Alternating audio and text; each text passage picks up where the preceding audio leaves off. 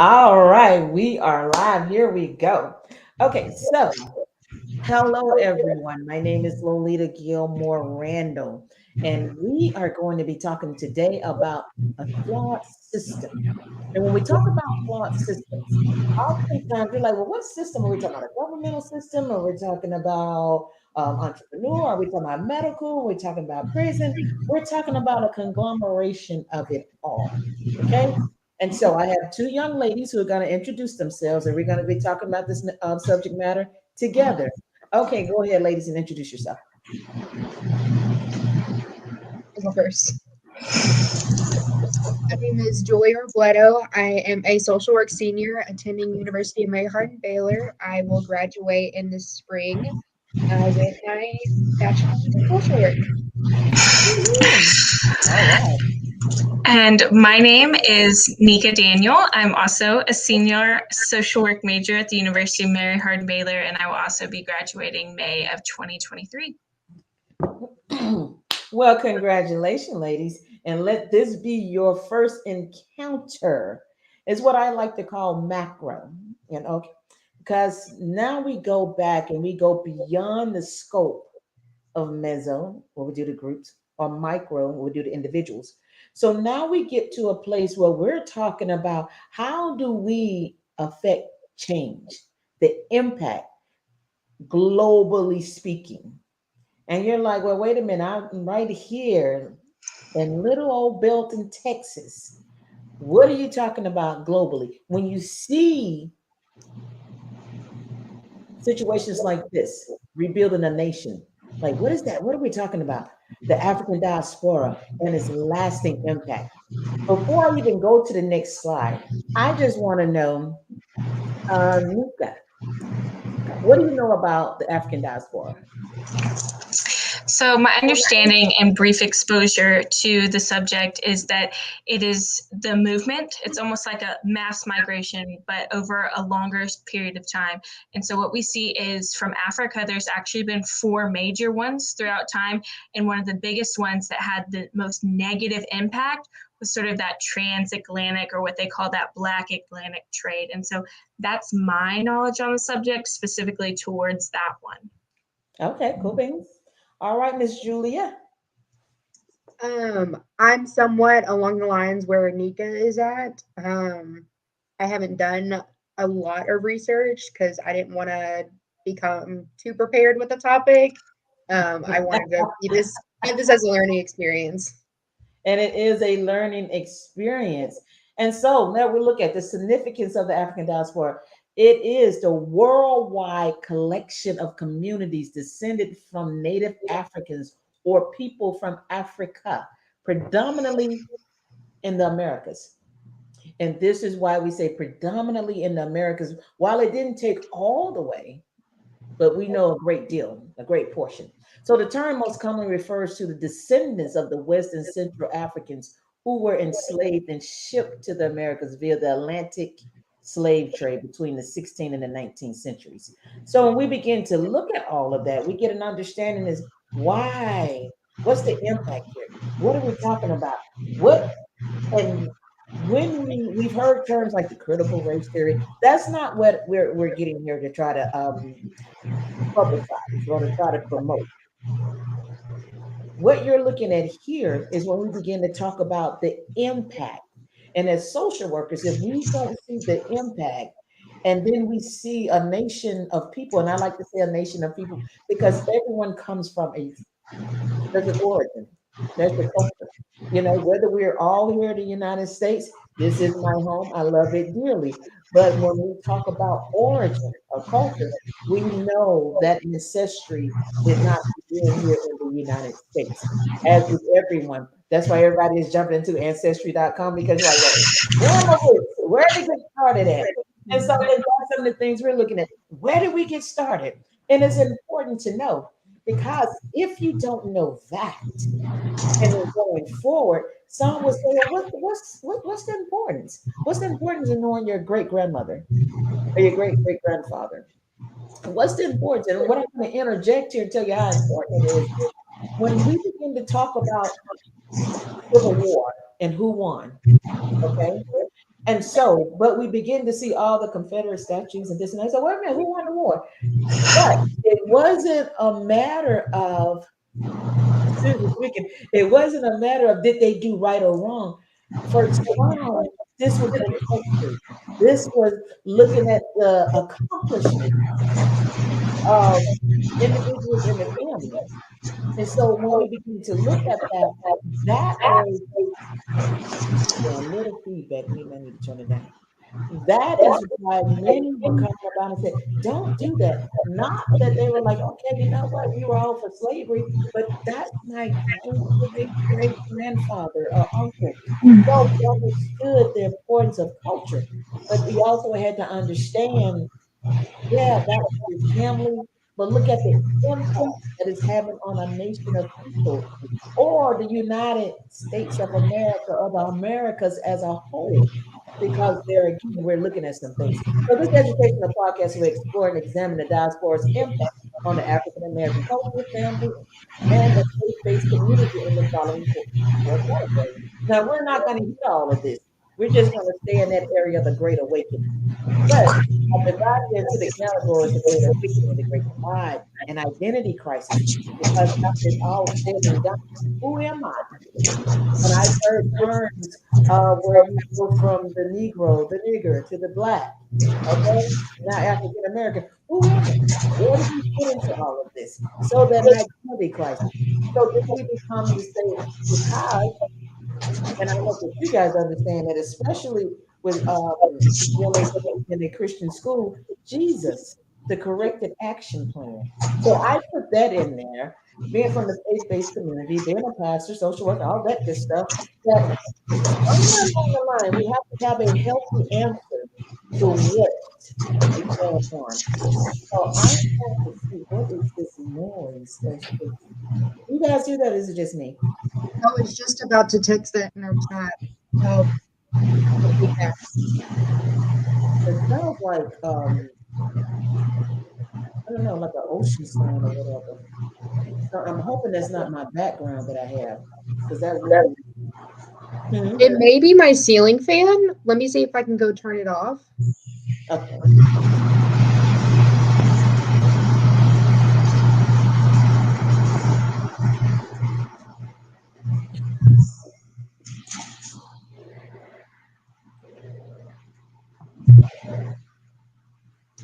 Okay, that may have been it. Okay.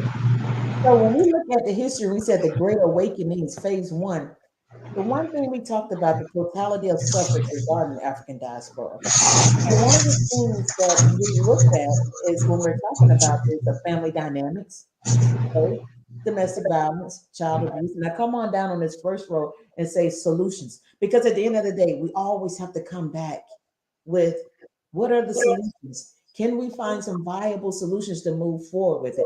Then we go over to the Western civilization single axis on racism. And the reason, what do I mean by single axis on racism?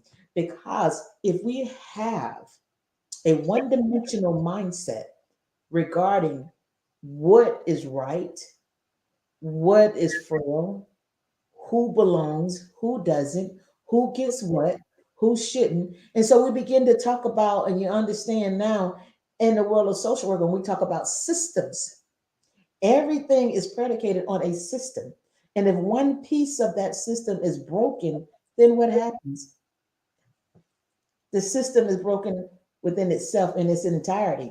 And we can say, but as long as one population or two population and not all populations are being treated fairly, we still have a broken system. So this is why we highlight, then there we go with slavery. And I was about to put prison over there. And I said, I'll wait for that. But the Jim Crow civil rights, and I put the prison system at the bottom. Okay. So it's the Bible colorblind. When we ask questions like that, what are we talking about? Is it colorblind? When you hear all of these things being said, all these little novelties. Well, Jesus bled red. Okay, yeah, and that's great. But what happens to all the other entities and ethnicities along the way? Do they not matter? So I'm giving you guys a lot of things to think about as well, because I know you're going to come back and ask questions. Well, wait a minute. So now, was Jesus blind? No. Was the Bible colorblind? No. And we know that as we go back into the Bible, because in the book of James, they begin to talk about the importance of understanding all cultures. Even in the book of Genesis, in the beginning, we begin to get an understanding of that. Let us make man in our image.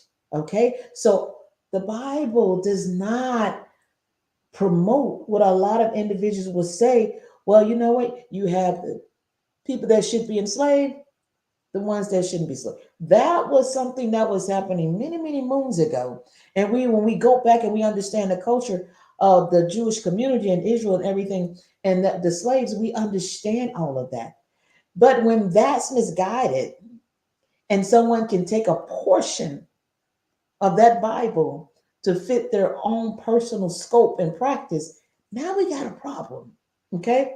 So then we have to ask the question, so what narrative do we believe? Does culture still have a place? And then the Black church's lack of ethical leadership and social engagement.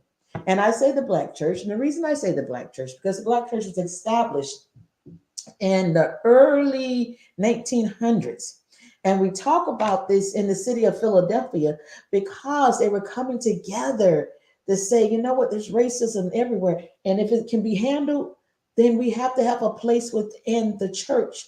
And that's where the church became a refuge of sorts and building on the biblical principles and precepts of Christ. And we begin to look at this from a different standpoint and said we can move forward, we can really make this happen. So although I put that in there, is Christ still head of the church? Absolutely. We won't even open that one up for debate. Okay. And so then we'll go along with that. So with that being said, what questions or comments do you ladies have thus far? I love the topics.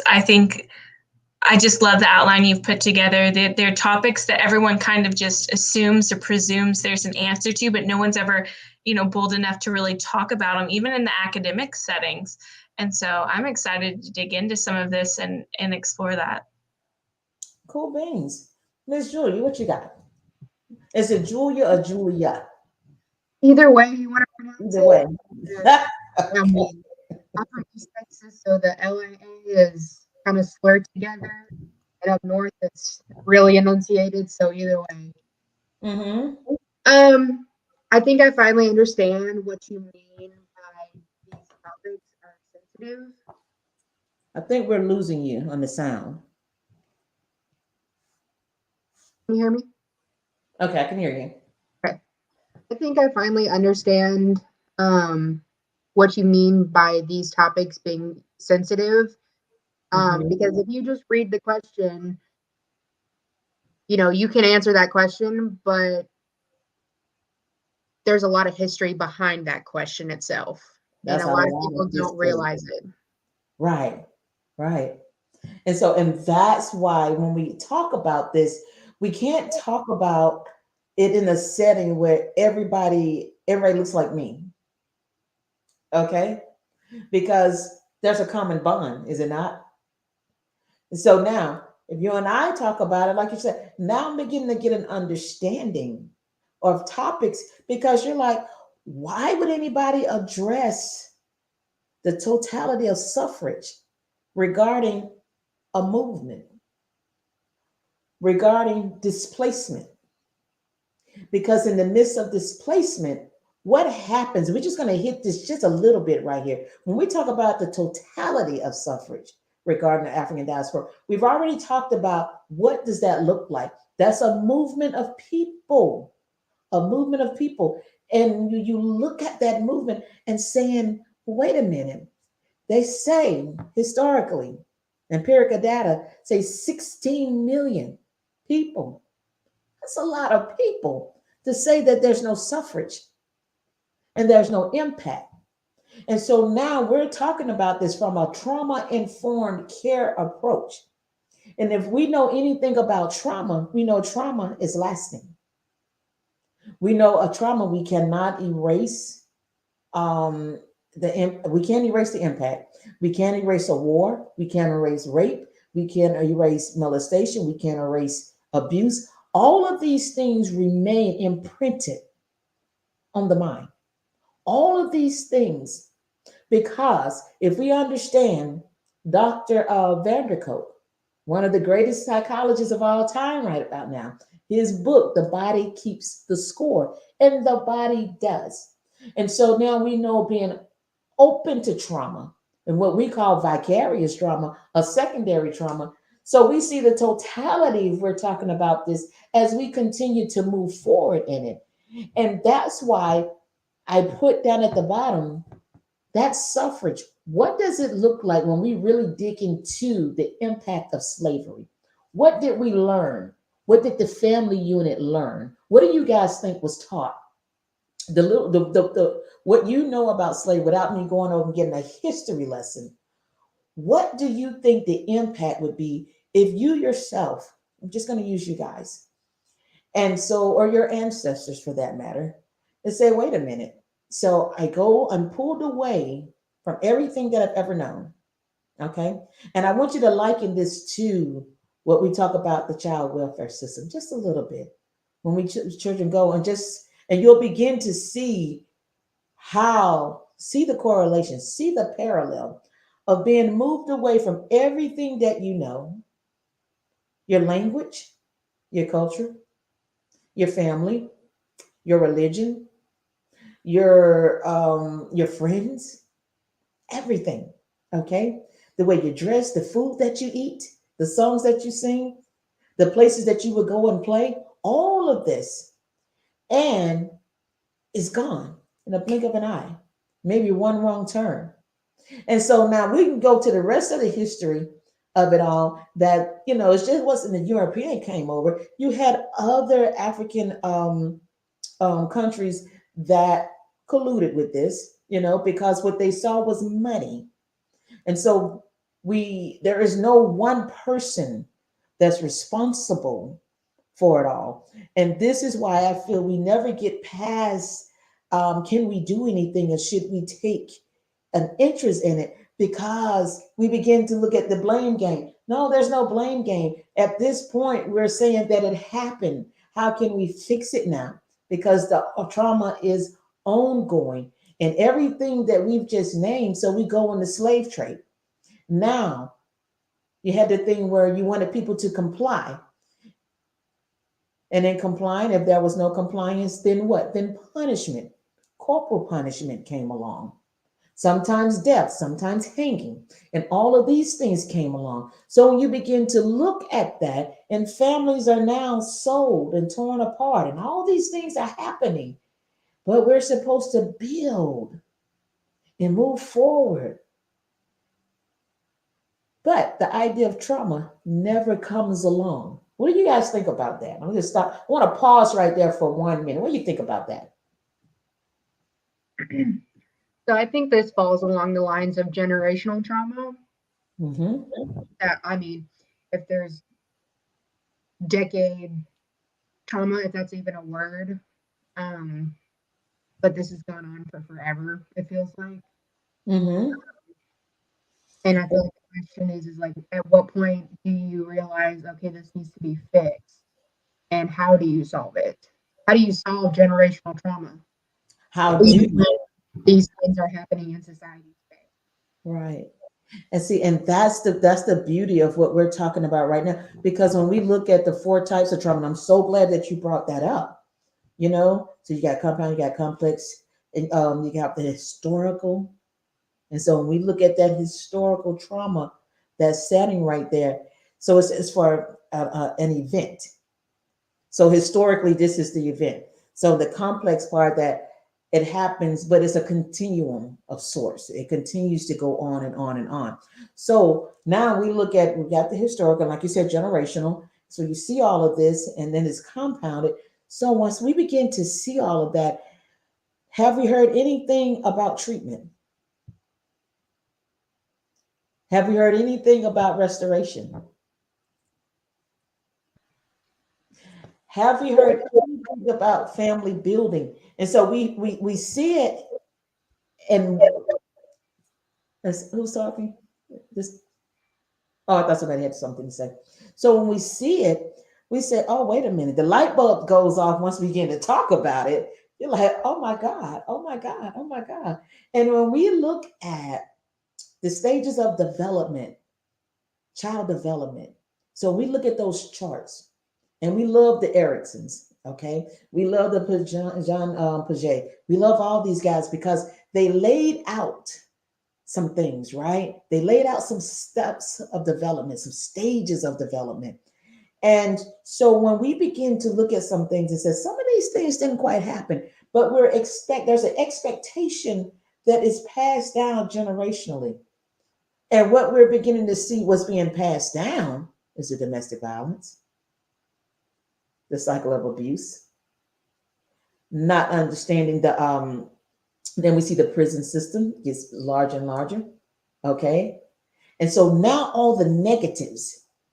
But when we talk about the transatlantic slave trade and what we see in America today, is it my thing, if I do nothing else throughout this course, is to show the parallel of what is still ongoing. Even if we bring up the area of police brutality, how do you get people to conform?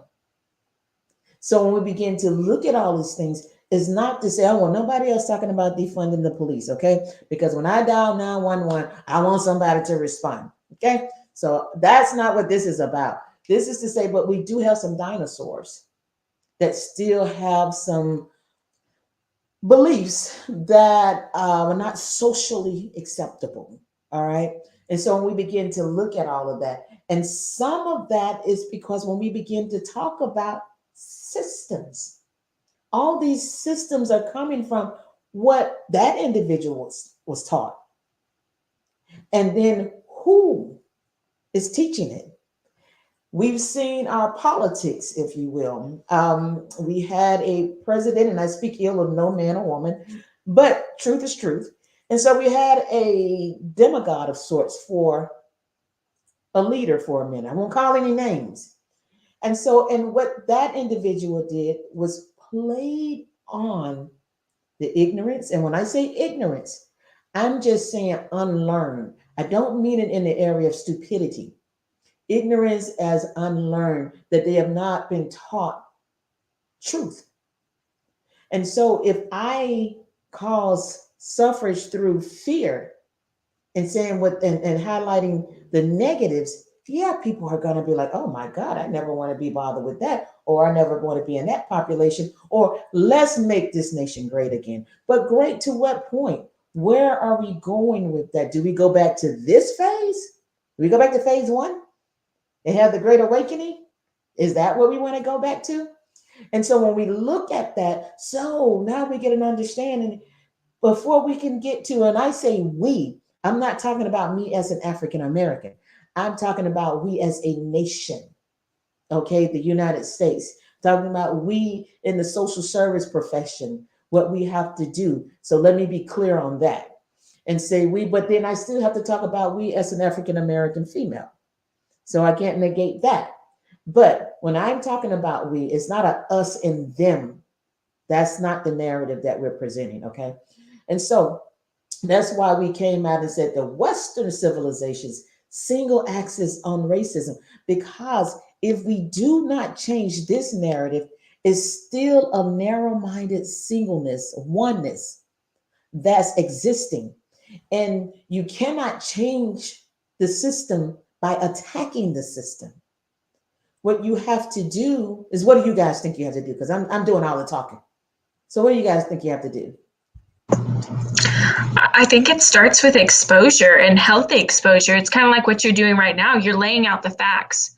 These are the reality. And like you said, so many people right now are in that uneducated phase. And so some of them, if you say system, it's like you started the conversation. What system? What is a system? What is broken about this? I can't see it. It's not affecting me. And so too often, we mentioned defund the police just a minute ago. We attack it because we can recognize, a flaw. But that's all we can see. We don't know how the system works as a whole. We don't know what made it flawed. And so when you're approaching a system to change it, I think exposure and education are going to be two of the greatest tools you have, just because you need people to get on board for change to take place.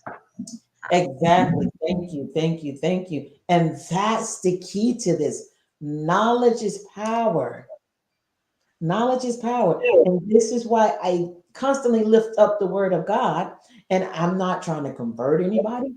I'm just saying that's my faith. And it was a faith that has worked since the beginning of time. And in my opinion, it will continue to work if we take it and not apply it for our own selfish motives. So, like we're talking about right now, education. And what does the Bible tell us? In Jeremiah, my people perish for lack of knowledge. People are perishing because of a lack of knowledge of history, okay, social systems, families, hurt, trauma, pain. And so, until we bring all of that to the forefront to say, wait a minute, one of the reasons we begin to push back on this, oh, so are you guys trying to come up with reparations? No, no, no, no, no, no, no, no, no, no, no, no. How many acres in the mule that's been gone? That went out the door a long time ago. What we're talking about now is a process of healing and acknowledgement. And I bring up the atrocity of Hitler and what happened with the Jews, and so with the Jewish community. And so when you look at that, we all witnessed this and said, this is horrible. So much so that, you know what, hey, we're going to have to go to war. We got to stop this.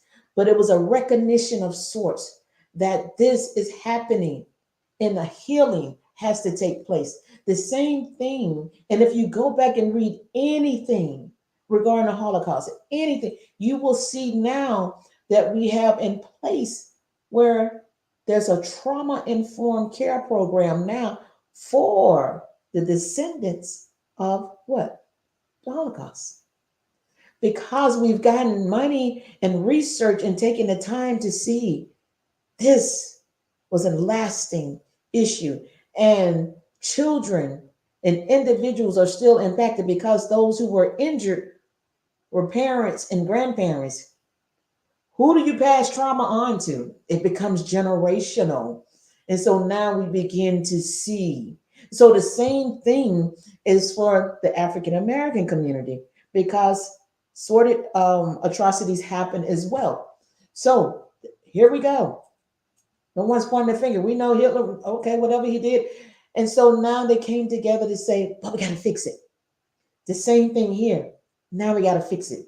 All right, Miss Julia, what you got to say? I was hearing from Miss Nika. I know you wanted to say something and I just kept talking. Go ahead, hon. I don't know. I feel like it's more of like a rhetorical question because it can't be answered. Okay. You know, worldwide, I'm thinking of like, back to the Holocaust right now, because that's the example that you used. Worldwide, for a while, it was unknown of what was happening. But then once we did know, we took action. Right.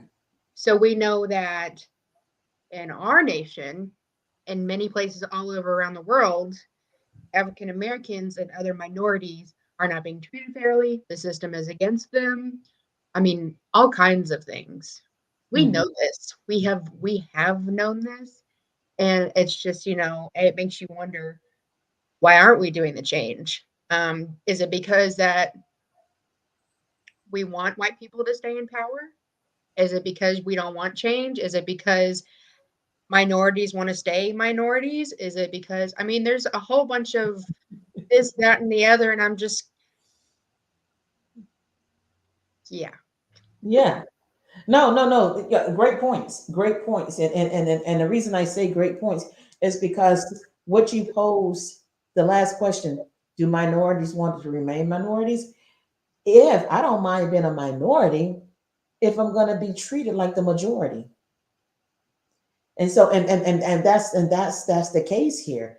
And so now we're looking at it, it's about treatment, equality. And so when you do this, now you have to understand there again, how do we move forward? Acknowledgement. I've heard acknowledgement. That's number one. Education. But now we went into the critical race theory, and so Texas was like, not doing that. Don't want to hear that. And so, but and I can understand why. Now you're like, okay, now as an African American female, what? Because now what happens when all of this comes about? We have a nation that's on edge, right? It has so much going on. So to bring something else to the table, now I have to yeah, I understand. I'm trying to present this from an aerial view and trying to take into consideration how all individuals will feel, from those that are secure in what they feel to those who are insecure. Because insecurity in the unknown, this is what brings about a level of fear. And so, but if we continue to keep things as the Bible says we should, and so out of the entire Bible, individuals think I'm a little, a little on the nutty side, and maybe I am, I don't know.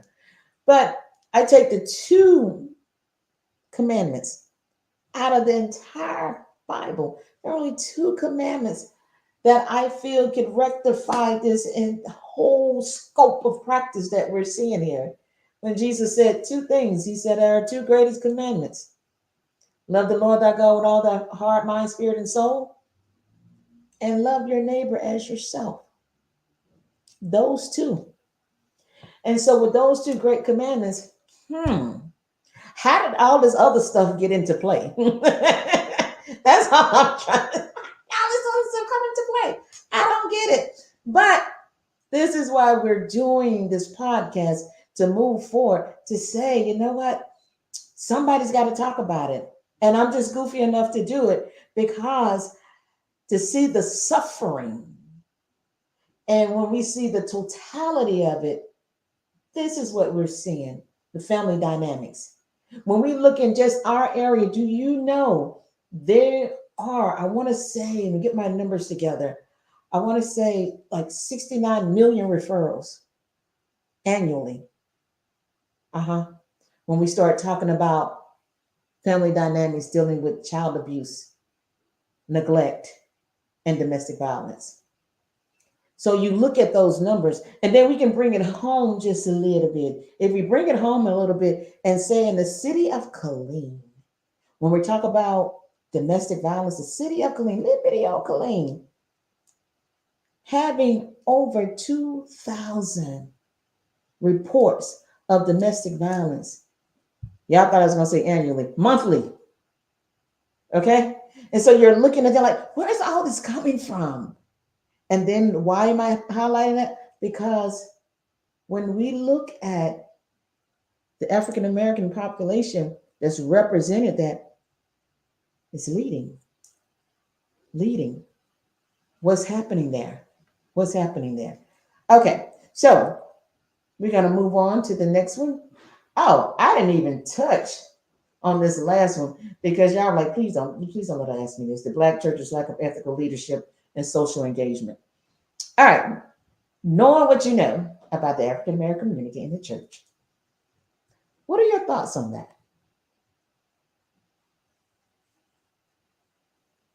No comments? I have a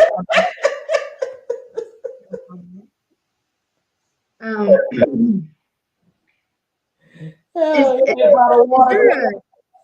is there a I could be very wrong on this. I want to preface this. Let's see.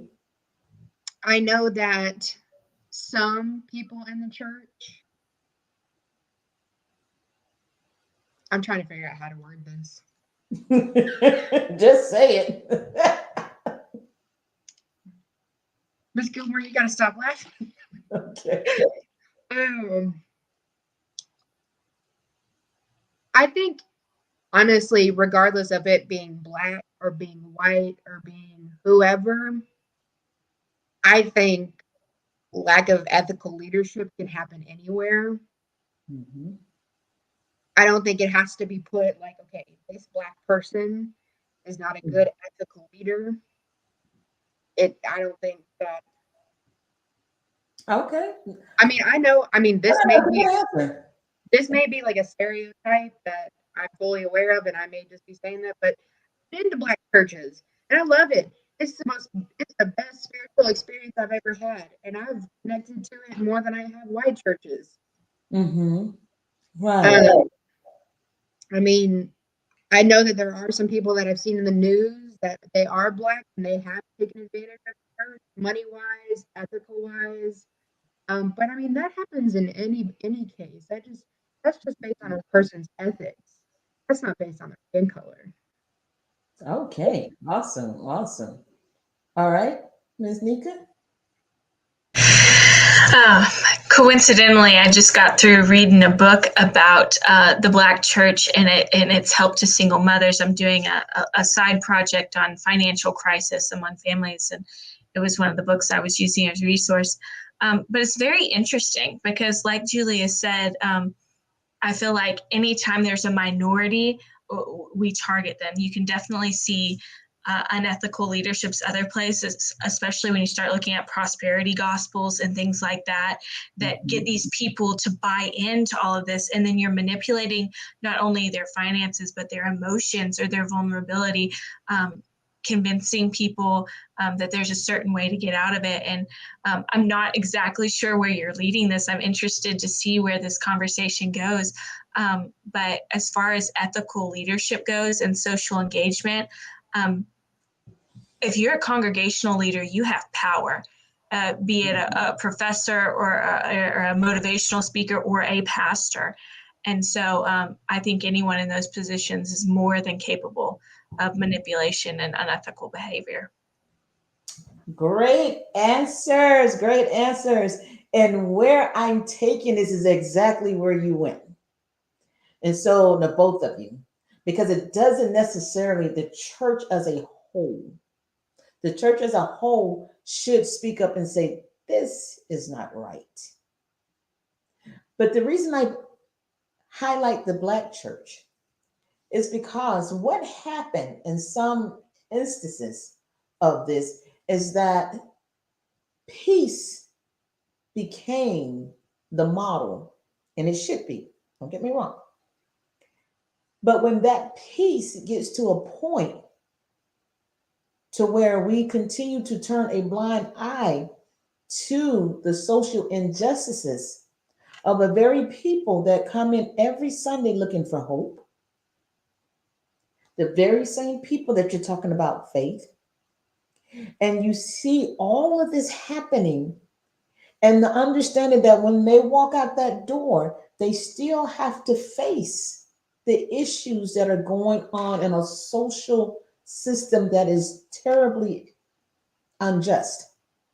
And so you have profound leaders who come and say, I have a voice. Then use that voice. Then use that voice to affect change. And it's not to say, because I mean, some very prominent leaders and have done some great things, but I think the greatest one of all times when we look at Abernathy and Martin Luther King. And so, and when we talk about Abernathy, he's the one that actually started when we begin to look at things in civil rights movement. These were all pastors that said enough. And we've not seen a move like that since. What we've seen was the ambulance chasers. And we see as soon as something happens with a police brutality situation, y'all call on me. And that is the only time. So now what we have to do is that's a lack of ethical leadership. Because if you run chasing the ambulance and you want to defund the police, then we should be hearing what you have to say. Something that's going to come to the table to where, how do you change legislation? How do we push forward to that? I would rather see something in place that prevents some preventive measures as opposed to waiting till individuals get shot down and killed, and then everybody rushes and everybody wants to respond. and especially the ones that are getting paid the most. And you're like, oh, wait a minute. And these are effective leaders in what we would say the predominantly Black churches. So, with that, we have to say you have a responsibility to do more than chase the cameras. That's just my 2 cents on that one, okay? So, with that being said, so you guys are getting a lot of angles when you see this term again, you'll be like, oh, wait a minute. Let me see the one with that. I don't call names, but the one look got the little perm going on when you see him on TV. Okay, perm. Pastor, what's going on with that? What are we doing? Yeah, we need to move in another direction. Okay. So yeah. All right. So little information. Interesting facts. There are 3 million people in jail and prison today for outpacing population growth in the crime. Now this where you're going to see, I'm starting with the 2015, but as we build, and I didn't put all the slides up here, as we build, you're going to see these numbers. They should decline, right? They're going to continue to go forward. So between 1980 and 2015, the number of people incarcerated increased from roughly, look at that, 5,000 to 2.2 million. Despite making up close to 5% of the global population, the US has nearly 25% of the world's prison population. Yeah, that one-sidedness we were talking about, that narrow-mindedness, you got to look at some things. So 32% of the US population is represented by African Americans and Hispanics, compared to 56% of the US incarcerated population being represented by, now how can that be? By African Americans and Hispanics. 32% is what we're then, but 56%. In 2014, African Americans constituted 2.3 million, or 34% of the total 6.8 million correctional population. We begin to look, now these are just interesting facts, okay? Why do I highlight this? Why do we need to see this? When we begin to talk about disparities, disproportionality, we have to understand that there's some issues, because you have some that say, get over this. There's no issue. This is an issue. So African Americans are incarcerated at more than 5 times the rate of white Americans. The imprisonment rate for African American women is 2 times that. Nationwide, African American children represent what? 32% of the children who are arrested, 42% of the children who are detained, and 52% of the children whose cases are judicially waived to criminal court. And what that means, let me lay that out. When I said judicially waived to criminal court, means although I came in as a child, I can definitely be tried as an adult. And so 15 to 16, they go right over in that population. 7% of adults in the US are under correctional supervision. That equates to 1 out of every 37 adults in the United States. These are little things that we look at, and I like to highlight the numbers, because when we look at the numbers, we get an understanding of, when we talk about minorities, it ain't fun being a minority, especially when you're the majority in the prison system. So how can that be? So we begin to look at all of that. And so then there's an obvious disparity. Yep. And how the general public viewed fatal encounters between police and Black people. 67% said these encounters were isolated incidents. 84% of Black adults say white people are treated better than Black people by police. 63% of white adults agree based on 2019 research on police relations. When you begin to see some of these numbers, some of this information will not be out until the latter part of 22. So, and I'm going to jump in there and get all of that too. So 87% of Black adults says the U.S. criminal justice system is more unjust towards Black people. And 61% of white adults agree. So there's no more this thing that, oh my goodness, get over it. Individuals are saying, and why is it important when we say, because have you ever been in a group and individuals, is almost like when you talk about race, nobody wants to say the B word, that you're Black. Okay. Nobody wants to say oh, that white person over there. Nobody wants to say, oh, they're Hispanic over there. But that's what we are. So we have to become comfortable in our own skin and with our culture and our ethnicities. This is why you just put it out there and say, this is what's happening. We're Black, we're white, we're Hispanic, we're one big melting pot and beautiful race of people. But we got to understand there's some issues that's going on in between that we need to fix. So, in that at the end of the day, that's all these facts and everything that put out to get individuals to understand that how do we move forward? Because Houston, we have a problem. Despite the fact that more white people have been killed by police, Black and Hispanic people are disproportionately impacted. Why do you think that is? Because we highlight that more than the fact that more white people have been killed by police. So that's and if you didn't know that, now you know. But Black and Hispanic people are disproportionately impacted. Why is that? And why do you think? Because we have a stigma against them, or society does. Because what's with our Because society has a stigma against them. okay, I don't know if it's my speaker or I lost you. Can you hear me? I can hear you now. Yeah. Okay. Because we have a stigma against them, society does. Okay. Okay. All right. You agree, Ms. Nika? I think the degree of violence or brutal force comes into play a lot, because even if per se there are more deaths for the white community versus the other, you see potentially more encounters or more assumptions. You know, you see the brutality on TV. You know, this person was attacked in this way, or this person was restrained without cause, or something like that. And so when I think it comes to the deaths, okay, we're killed more, but how did that death occur?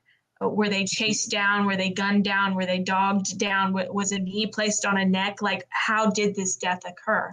I think that comes into play a lot as far as brutality.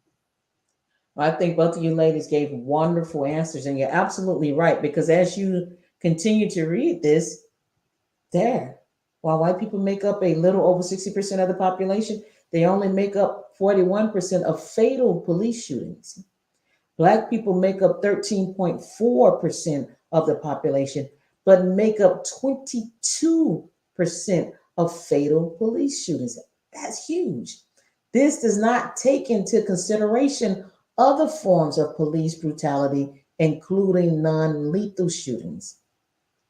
And so, the number of people shot to death by police in the United States from 2017. Did I put that on there? Let me see if I get the next one. No, I didn't finish that. So we'll just leave that one. I get that one. But this is where we come to our questions and our answers. This piece right here. So I wanted to save those last few notes for now. And so when we get to where we are now and saying that it's time to see a change, we're not saying in the area of individuals in an authoritative manner. And I think that's the fear that comes in. You know, you want this level of authority. No, there is, after looking at those numbers, you want an equal system. You want a system that sees everyone equally, not a 15 or 16-year-old being tried as an adult. Now, what he or she did, we look at some things and say, now do they need to be on the streets? Probably not. But do they need to go in a population with people who will never see the light of day again at 15 and 16 years old? And so when we think about those, these are questions that we bring forward. And so, and why that happens, I'm going to make the assumption. I don't like to make assumptions because they say, you know what assumptions are, okay? But for this one, because we're going to say, we don't say assumptions, we'll say an educated guess, okay? And so for an educated guess, when we look at all of this, he was like, so how is all of this? It comes down to the level of value. that you place on that life or on that population. And so if there is no value, or you've been taught that there's no value, then there's no value in the courtroom. There's no value on the streets when it comes to police. There's no value when you look into the workforce. There's no value when you look into the child welfare system, because oftentimes a child may be considered better off in the system than going back with the family. We've not even hit on the child welfare system, and that is, and I think I told you guys when I was in the class, that's near and dear to me, because this, if we can't get it right there as babies, the cycle continues. So, with that being said, thank you, ladies, so very much. And so now, do you get an understanding? Let me go back, go all the way back here. Now, did I tell you guys? Wait a minute. I think that's it. Is that what I was looking for? All right. So when we get an understanding of what we're talking about and what this is all about, we get an understanding that this is still ongoing. So the African diaspora is a worldwide collection of communities. That's crazy. A worldwide collection of communities descended from Native Africans or people from Africa, predominantly in the Americas. So you have a worldwide collection of communities traumatized. You have a worldwide collection of communities that are still trying to figure it out, because we have to look down here. And this is what I like to highlight. The Atlantic slave trade took place between the 16th and the 19th century. What century are we in? And you get so you get an understanding that we're not that far removed from this system, which is why we keep seeing the impact, because we're very close in proximity. And so now what we have to learn, and we had to learn to do, was create other systems. But you can't create systems like Jim Crow, because you're still trying to keep a hand in some things. And so now we look at civil rights, and we still have to understand that term, because civil rights, but we're still dealing with social injustices. So we begin to look at all of that and say, what do we owe to this level of trauma? How can we get this done? How can we move back? How can we move forward? We don't want to move back. We want to move forward. And this is how we come up with the phrase, a flawed system. The system that we are in, it is flawed, and we know that. Especially as social workers, we talk about systems. So how do we get to a point where we're rebuilding a nation? We have to look at this African diaspora and examine its lasting impact. So with that being said, I'm going to exit the full screen. And I'm going to thank you, ladies, so much for coming on and sharing this and being part of this with me. And I just hope that I will see you again and again. And I would say that I know you guys, maybe you're a little nervous this time, but I know when you came, why did you come into the field of social work? Let me ask that and put you on the spot for a minute. For me, it all started with a passion for helping those that are hurting. That's where it came from. I just saw so much hurt early on and in those teen years, and I wanted to do something about it. I couldn't handle it continuing to be a problem. So that's how I ended up here. Well, cool beans. Thank you, ma'am. Thank you, ma'am. Miss Julia. Yes, ma'am.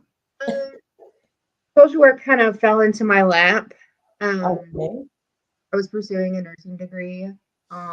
Realized I wasn't going to be successful in that area, but I knew that I had a calling to help people, and social justice, law, policy, that really piqued my interest in life. And that's what my passion is, and that does surround social work. So All right. Awesome. Awesome. Awesome. Well, I want you guys to know that this has been a wonderful session. Thank you so very much. Thank you for your questions. Thank you. And this is why I like being in the academics and I like teaching because there are certain topics and information that you don't get that by being, not being able to see the students. You know when the light has come on, like, whoa, didn't realize it from that viewpoint. And I like this because I don't know if I told you guys. Did I tell y'all earlier?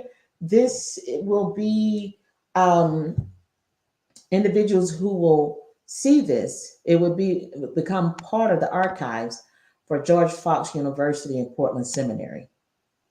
So I want you guys to know that. And so I probably should have said that in the beginning. Did I say that in the beginning?